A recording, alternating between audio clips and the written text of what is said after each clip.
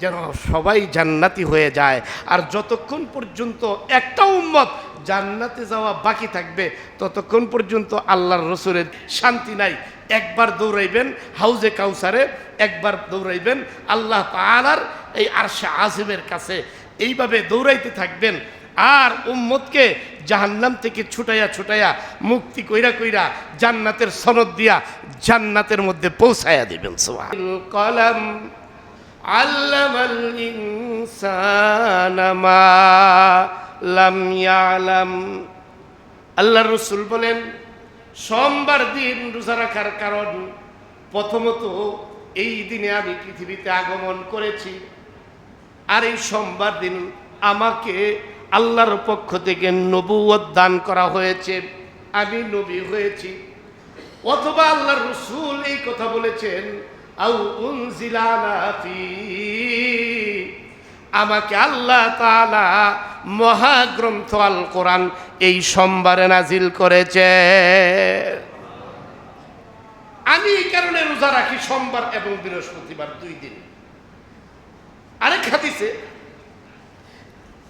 তিরমিজি শরীফের 747 নম্বর হাদিস, হযরত আবু হুরায়রা রাদিয়াল্লাহু তাআলা আনহু থেকে এই হাদিস বলে বর্ণিত, আল্লাহর রাসূল বলেন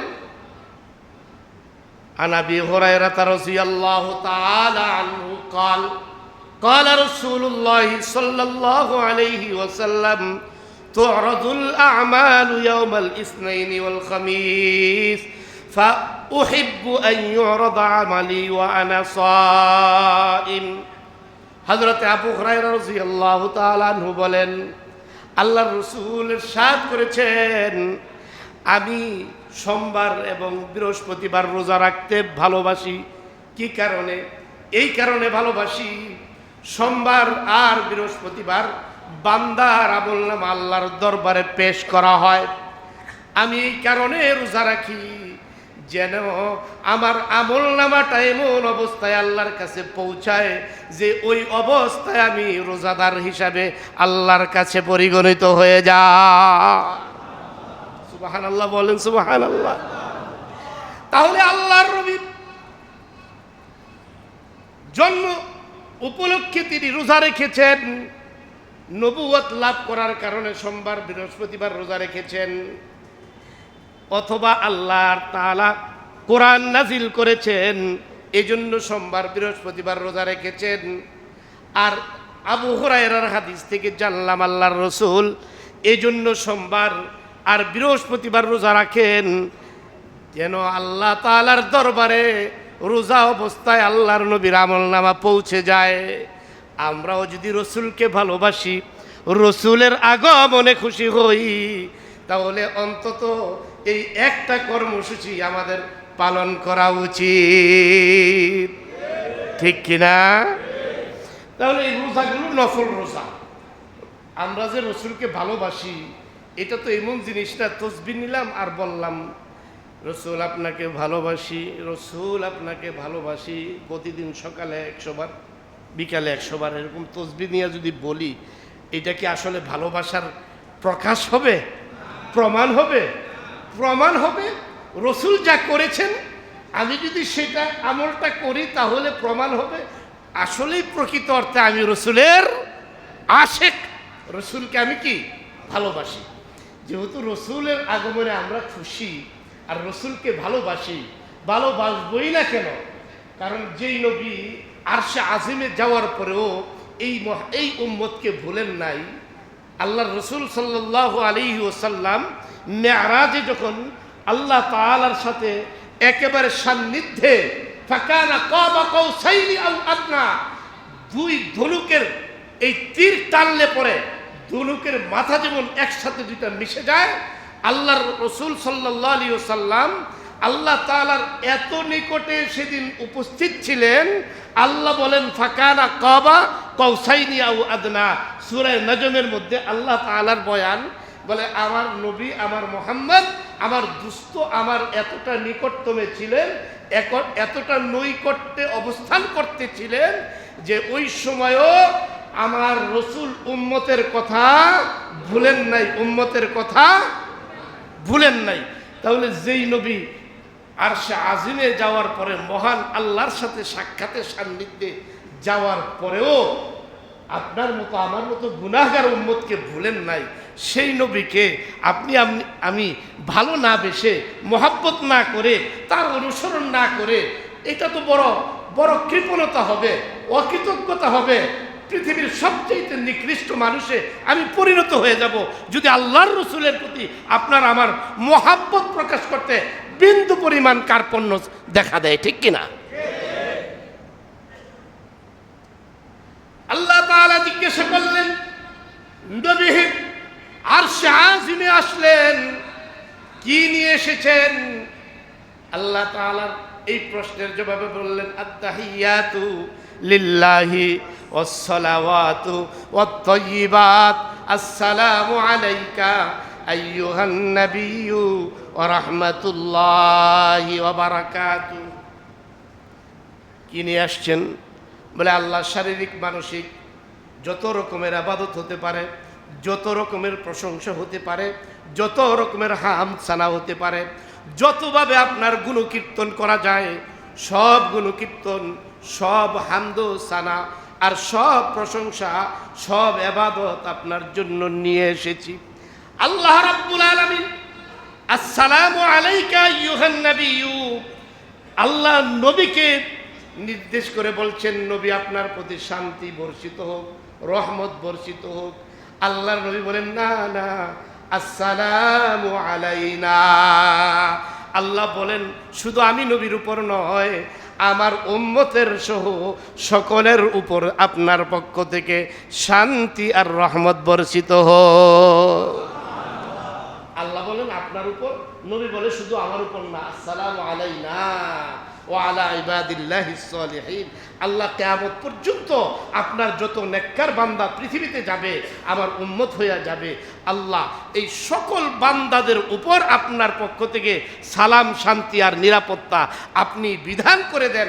আমি শুধু একা শান্তি আর নিরাপত্তার জন্য আপনার কাছে আসি নাই, একা আমি পার পেয়ে যাব, নিজে একা জান্নাতে চলে যাব, এই জন্য আমি আসি নাই। আমি আমার উম্মতের জন্য আপনার কাছে আসছি। আমি শুধু যে নিষ্কৃতি পেয়ে যাব, আমি যে শুধুমাত্র আপনার কাছ থেকে বড় জান্নাতের মালিক হয়ে যাব, এইটা আমার শুধু কাম্য নয়। আমি চাই আমার প্রত্যেকটা উম্মত যেন সবাই জান্নাতি হয়ে যায়। আর যতক্ষণ পর্যন্ত একটা উম্মত জান্নাতে যাওয়া বাকি থাকবে, ততক্ষণ পর্যন্ত আল্লাহর রসুলের চেন নাই, শান্তি নাই। একবার দৌড়াইবেন হাউজে কাউসারে, একবার দৌড়াইবেন আল্লাহ তাআলার এই আরশে আজিমের কাছে, এইভাবে দৌড়াইতে থাকবেন।